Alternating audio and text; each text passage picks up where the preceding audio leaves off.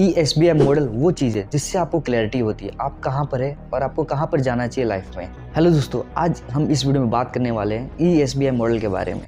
ये ESBI model होता क्या है, चलिए इस वीडियो में बात करते हैं। रिच डैड पुअर डैड के great author Robert T Kiyosaki ने इस पावरफुल मॉडल को डिजाइन किया है। इस मॉडल में बताया है कि आज दुनिया में जितने भी लोग काम कर रहे हैं, जो पैसे कमा रहे हैं, चाहे वो एम्प्लॉय हो गया, डॉक्टर हो गया, टीचर हो गया, जेफ बेजोस हो गए, माइक्रोसॉफ्ट के मालिक बिल गेट्स क्यों ना हो गए, वो सभी लोग इस 4 कैटेगरी के अंदर ही आते हैं, जो है ESBI।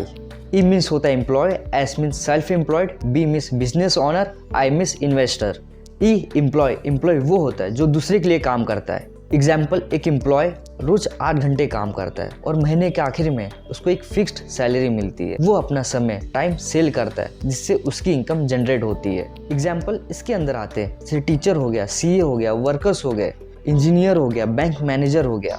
तो ये थे एम्प्लॉयज के कैटेगरी। सेकंड आते हैं S, जो है सेल्फ एम्प्लॉयड। सेल्फ एम्प्लॉयड वो होता है जो खुद के लिए काम करता है। सेल्फ एम्प्लॉयड अपने मर्जी का काम और अपनी मर्जी का समय देकर अपनी इनकम जनरेट करता है। इसके अंदर आते जैसे डॉक्टर हो गया, रियल एस्टेट एजेंट हो गया, इंश्योरेंस एजेंट हो गया, कोई दुकानदार हो गया, कॉन्ट्रैक्टर हो गया। तो ये थे सेल्फ एम्प्लॉयड।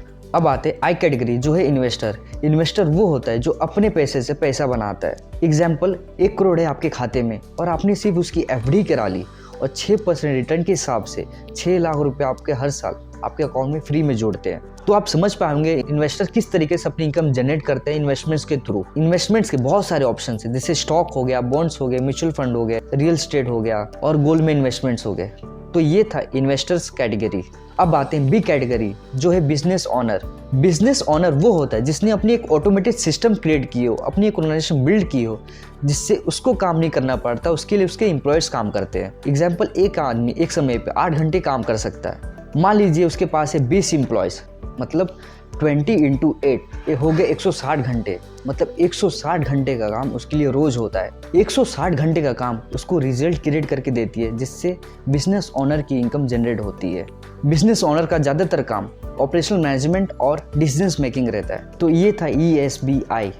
और एक डेटा के अनुसार बताया है कि दुनिया का जो 90% पैसा है B और I के पास है और 10% पैसा जो है E और S के पास है। और दुनिया की जो 90% पॉपुलेशन है वो E और S की है और 10% जो पॉपुलेशन है सिर्फ B और I की ही है। अगर आप B और I कैटेगरी में आना चाहते हैं तो आपको वो फॉलो करना पड़ेगा, वो हैबिट्स बिल्ड करनी पड़ेगी, वो माइंडसेट लाना पड़ेगा, वो हार्डवर्क करना पड़ेगा जो B और I कैटेगरी के लोग करते हैं। अगर आपका गोल है B और I कैटेगरी में आना, लेकिन आप काम कुछ और कर रहे हैं, तो बात वही हो जाती है। आपको जाना था कश्मीर, लेकिन आपने ट्रेन पकड़ ली केरला की। तो इस मॉडल में यही बताया है कि जो भी आपका गोल है, लक्ष्य है, उसी डायरेक्शन में आपको खुद को पुश करना चाहिए। आई होप आप ESBI मॉडल समझ पाए होंगे। अगर आपको ये वीडियो अच्छी लगी तो एक लाइक, सब्सक्राइब जरूर कीजिए और कमेंट सेक्शन में मुझे कमेंट कीजिए आपको वीडियो कैसे लगी। Thank you so much.